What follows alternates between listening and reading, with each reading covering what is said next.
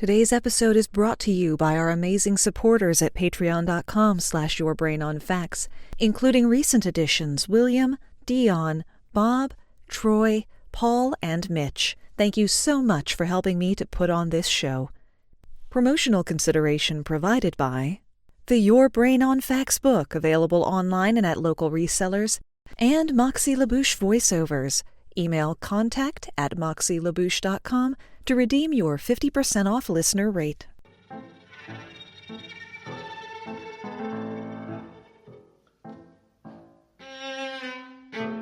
For this recipe, take some white fish, heavily salt and air dry it.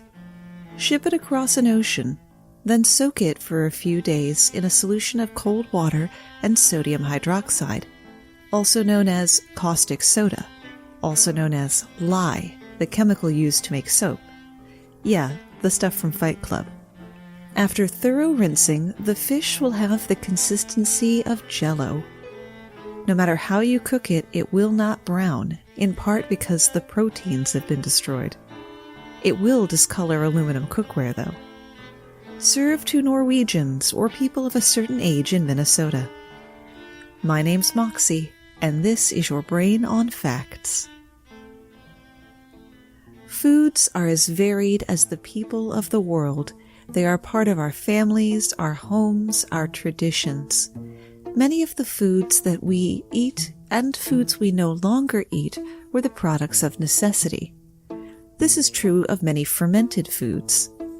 Fermentation is when yeast, bacteria, or other microbes ingest part of the food, usually a sugar, and give off a byproduct like acetic acid in the case of vinegar and pickles, ethanol in the case of beer and wine, and CO2 in the case of bread. Usually they give off multiple things. Since most of mankind's history took place before electric refrigerators, fermentation was an inevitable part of life. So many traditional foods were created by people leaning into fermentation. If you turn a bit green thinking of oats and organ meats cooked in a stomach, which is of course the Scottish delicacy haggis, kiviaq is probably not right for you. This dish is a winter specialty consumed by Inuits in the far north of Greenland for centuries. The preparation of kiviaq involves an ingenious method of food storage necessitated by the severe shortages in the cold months.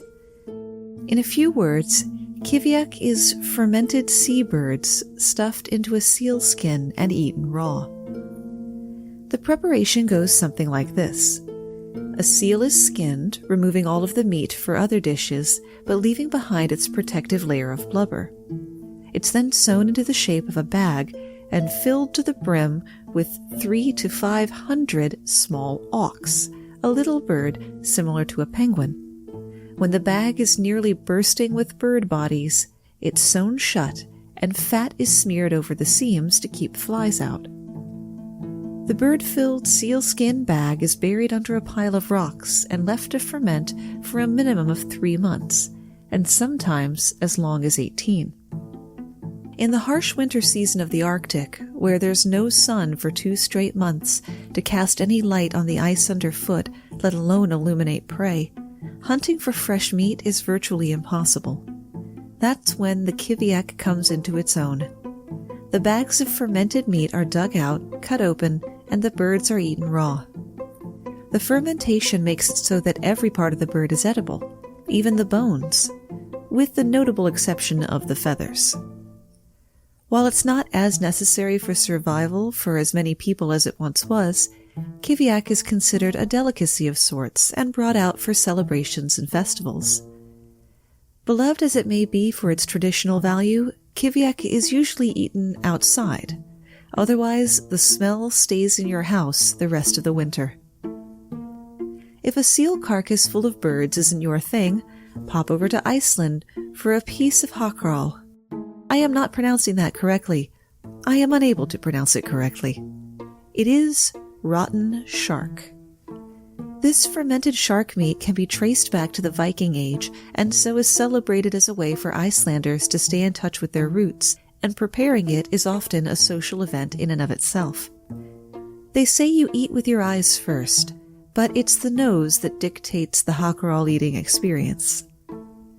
Hakarl smells strongly of ammonia, the trademark stink of window cleaning fluid and cat pee. Even wilder, the meat of the Greenland shark, which is used for hakarl, is poisonous to humans.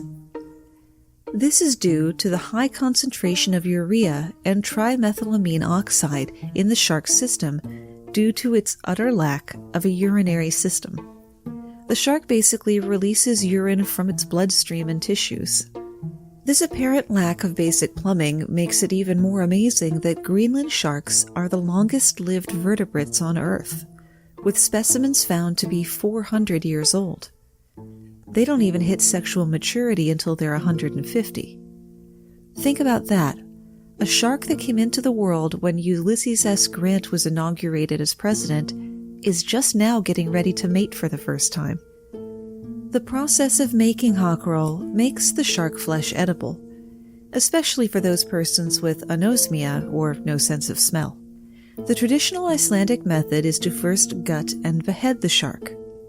Okay, so far that's the same as butchering a chicken. Then the shark is placed in a shallow hole in the gravelly sand. Well, we left familiar ground fast, and it's covered with more sand and gravel. Stones are piled on top not only to protect the meat from scavengers, but to squeeze out fluids and shorten the fermentation process. The shark is left for between 6 and 18 weeks, depending on the ambient temperature. It's not ready yet, though. Now the hakarl has to be dug up, cut into pieces, and hung up to dry for a few months, during which time the strips of meat develop a brown crust. Fans of potently stinky cheeses might enjoy hakarl, but it would be tough going for pretty much everyone else. On his show The F Word, Chef Gordon Ramsay couldn't manage to swallow the piece he was offered. The late chef, author, and travel show host Anthony Bourdain described hakarl as the single worst, most disgusting, and terrible-tasting thing he had ever eaten. Though I do need to check and see if he said that before or after he ate boar rectum cooked in ash.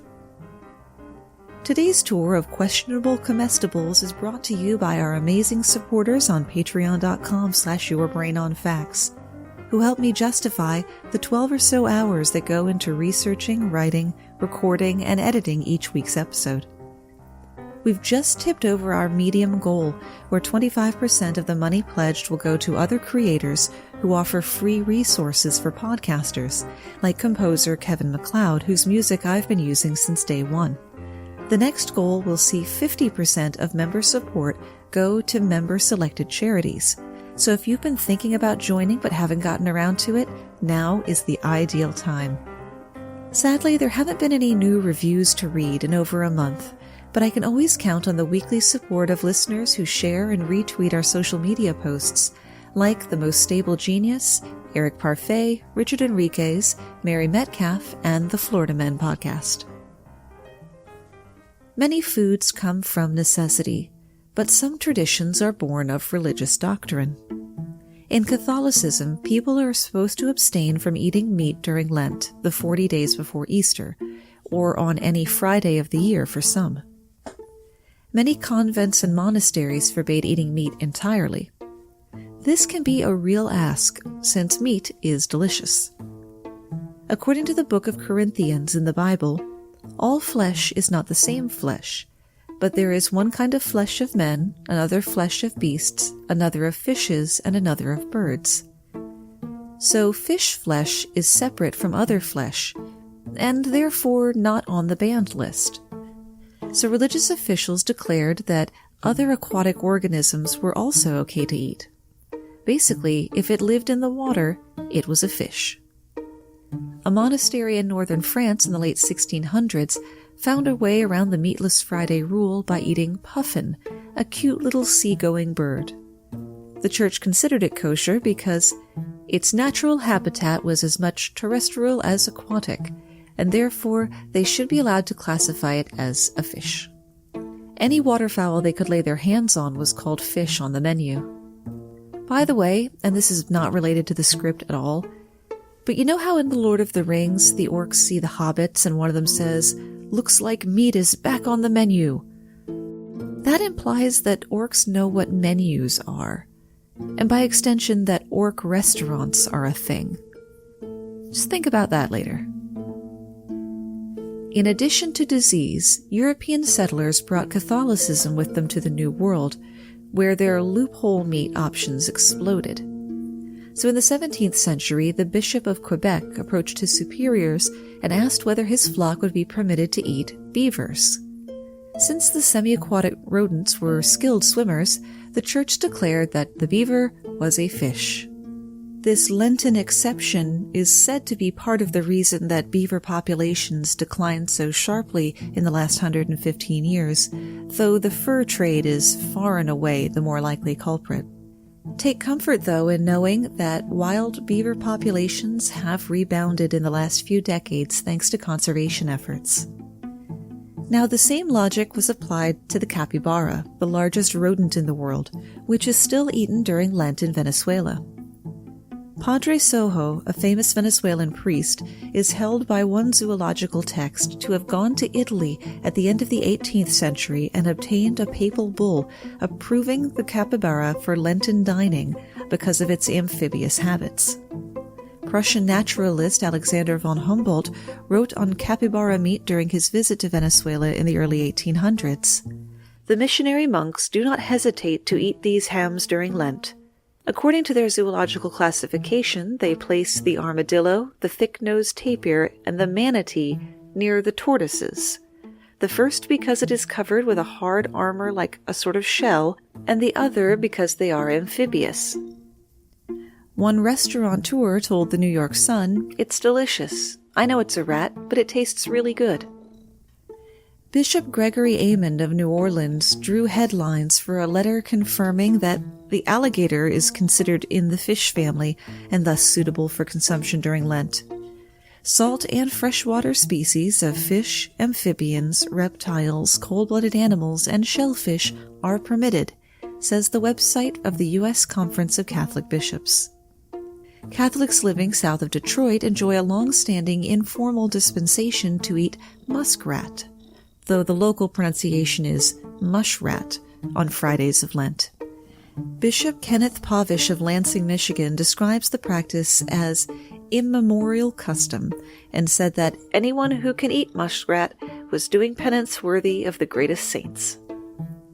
A 2002 effort to restrict private sales of muskrats caused a massive outcry. "I've never seen so many people upset about an issue," said a state representative.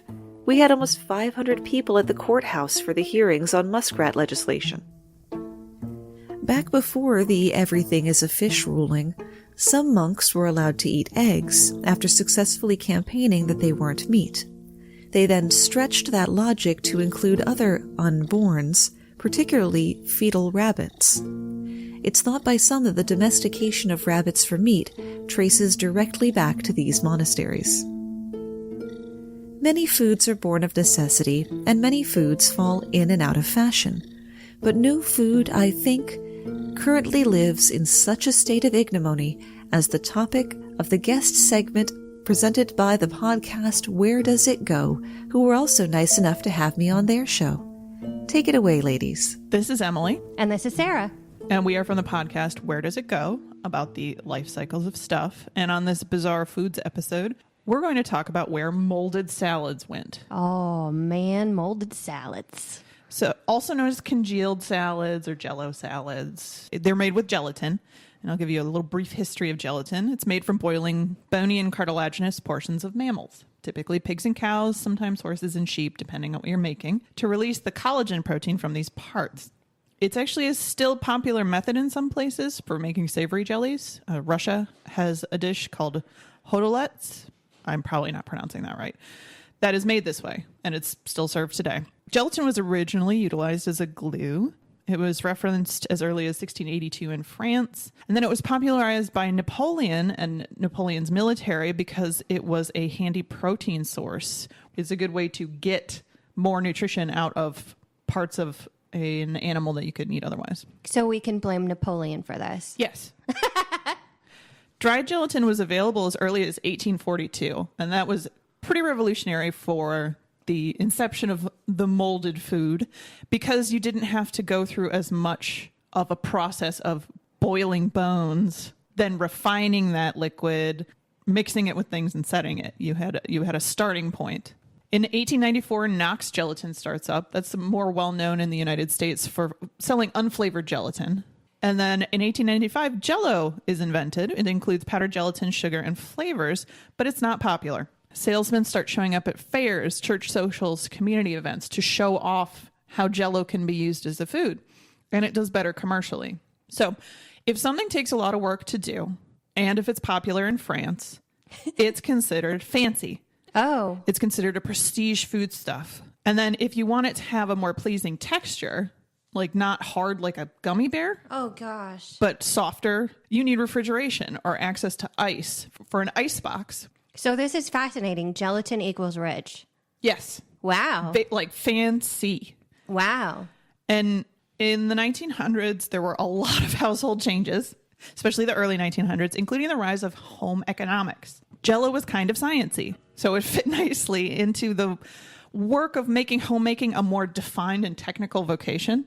And so as ice boxes and then refrigerators became more available and powdered Jell-O became more popular and had more offerings for flavors, the thought process of this being kind of a fancy food didn't catch up with the ubiquity of refrigerators and Jell-O. So it was less expensive to make, but it was still considered sort of a high tone dish. So then why molded salads? Why not just Jell-O? Jell-O is an easy way to dress up a plate. If you divorce what eating a Jell-O salad would be like from how it looks, Yeah. they are beautiful. A lot of them.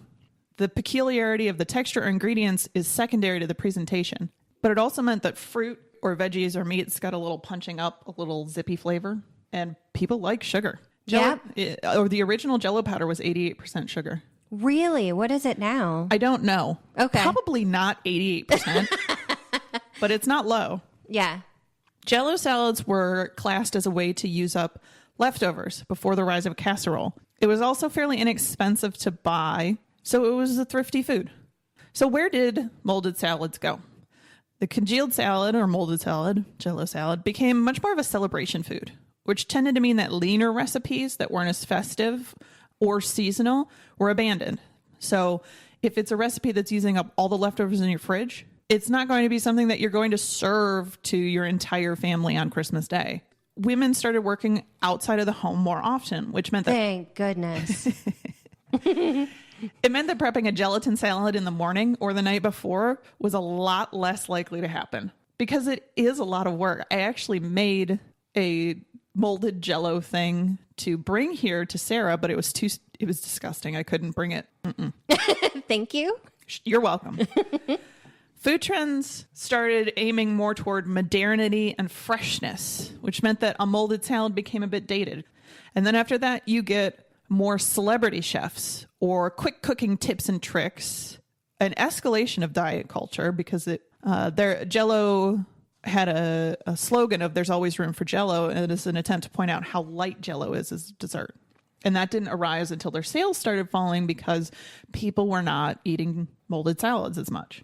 So Jell-O flavors over time have included Italian salad, celery, mixed vegetable, seasoned tomato, bubblegum, chocolate, root beer, No. Oh, maple syrup. No. Yeah, so Jell-O became more of a kid food, more of a for fun food. And, molded salads fell out of fashion both because they take a lot of time and they didn't fit in with how people tend to eat. So that's where molded salads. The most expensive food people generally eat is black truffle, which can run $800 a pound. That's nothing compared to a rare Asian fungus that sells for $5,000 a pound. Oh, excuse me, that's $50,000 a pound. In English, it's called caterpillar fungus, but it's better known throughout Asia by the Tibetan term yartsagumbu, which means summer grass, winter worm. This fungi makes its living by getting inside a host insect, ultimately killing and consuming it. In this case, the insect that's invaded is the caterpillar of the ghost moth. This is all sounding pretty metal so far. the caterpillar will bury itself down a couple of inches into the soil. All the while, unbeknownst to it, the fungus is digesting it from the inside out, and then, in the spring, a sort of tissue erupts out of the head. This pinky-sized, mummified caterpillar is the most expensive fungi in the world, closer in price to gemstones than mushrooms. So why do people bother with something so nasty and so expensive? It's also known as the Viagra of the Himalayas. Yartsagumbu was mentioned as far back as a 15th century Tibetan medicinal text entitled An Ocean of Aphrodisiacal Qualities. That reputation has made it a status symbol. Daniel Winkler, who's written extensively about the fungus and gives mushrooming tours of Tibet, says the price in China has jumped by a factor of 10 over the past decade. A businessman looking to impress clients in China doesn't pull out a fine wine to flaunt his wealth. He cooks a nice goose or duck and fills it with $1,000 worth of caterpillar fungus. A good harvest of caterpillar fungus can triple the income of an entire village. Because it is so valuable, and because we can't have nice things, Yartsagumbu has even caused violence. Last August in Nepal, 7 men went missing after a dispute over Yartsagumbu, and 2 of them were later discovered dead at the bottom of a ravine. On the plus side, one village was able to add solar panels to their centuries-old stone cottages, so I guess you have to take the bad with the good. If caterpillars make you queasy, #sorry not sorry for the next section. There is a cheese described as the most dangerous cheese in the world. Due to health concerns, sticklers at the European Food Safety Authority have banned it. Therefore, those wishing to eat some must go through the Italian black market. This delicacy, cazu marzu, is an acquired taste, unless you're a maggot. They love it. How do I know? They're still eating it. Cazu marzu is maggot cheese. Cazu marzu is made from sheep's milk on the island of Sardinia in the Mediterranean Sea. Step 1. Heat the milk and let it sit for about 3 weeks to curdle. Next, cut off the crust that has formed. This way, the flies can get inside to lay their eggs. Move the cheese to a dark hut for another 2 months.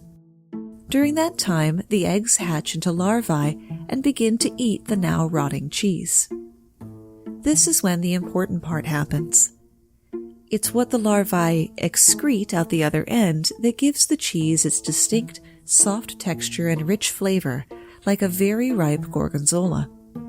Congratulations, you now have cazu marzu. May God have mercy on your soul. Now that you have it, what do you do with it? It's important for one to note whether the maggots are alive or not. Dead maggots are usually an indication that the cheese has gone bad. Where exactly that line is, I cannot say. Cazu marzu is to be consumed with the maggots still alive. You'll want to close your eyes while eating, not only to block out the sight, but to protect your eyes. When bothered, the maggots will jump, sometimes as high as 6 inches. And be sure you chew your food thoroughly. The maggots can survive stomach acid if swallowed alive, and you risk them boring holes in your intestines. Serve with moistened flatbread and a glass of strong red wine. Still with me? Good. In for a penny, in for a pound. We now come to the food that tops my list of things to avoid in this life. The Philippine street delicacy, balut. Balut is a duck egg, not like the eggs you buy in a carton. A balut egg is created when a fertilized duck egg is incubated just long enough for the fetus to begin forming, usually between 12 and 18 days. According to those who know, the ideal balut egg should be incubated for exactly 17 days, though your mileage may vary. The longer the egg incubates, the more pronounced the features of the duckling become. The egg is then hard-boiled, exactly the same way chicken eggs are, though the reaction that occurs inside is quite different. The liquids in a balut egg, rather than solidifying, turn into a sort of broth, which simmers the duckling and the yolk. When the egg is done cooking, it should be eaten right away while still warm. You crack off the top of the shell and drink the broth before eating the duck and the yolk. To get a sense of how you might react when approaching balut for the first time, here's an old BuzzFeed clip where 4 pairs of young adult Americans were given balut. Wait, am I supposed to go? Oh, it squirted at me. Oh, it tastes good. Oh my God, what is that? Oh, God. Oh no. It's a bird. Oh, it's a duck! That's a duck! I am not eating this. I think I just threw up a little in my mouth. Dude, I'm seeing like the first feathers in there. Oh. Never had a chance. It tastes like pate. You're a murderer. Now let's hope I don't get my butt suit off for using that. The taste for balut has to be fostered at an early age. Some schools in the Philippines are using science class to introduce kids to it in an attempt to preserve the delicacy's popularity against the country's rapidly modernizing and globalizing palates. The half-formed ducks are used to teach bird anatomy. Then the students are told to eat them. "Our teacher made us eat the egg so it wouldn't go to waste," said one Manila resident of her ordeal. "And if we didn't eat it, we'd get a low score on the lesson. Of course, I had no choice but to eat it." The dish is popular among Filipino families of ethnic Chinese background. Balut is widely enjoyed across numerous provinces in China also, especially in the south. Like many Chinese dishes, balut comes with a list of supposed health benefits. Among these, it's said to be able to burst libido and male fertility. Can't make it to Manila? A Filipino restaurant in New York sells them for $5 a piece. They even hold an annual balut eating contest every August. The current record is 27 balut in 5 minutes. And that's where we run out of ideas, at least for today. But let's jump back to the lye-soaked dry fish from the top of the show. This traditional, if polarizing food is called lutefisk, literally lye fish. It can be found in the regions of America with large Scandinavian populations. It's popular enough in the Twin Cities that it's carried in shops around the holidays, served at big church functions, and even in some restaurants, traditionally alongside boiled potatoes, green peas, melted butter, little pieces of bacon, horseradish, or cheese, and lefse, or Norwegian flatbread.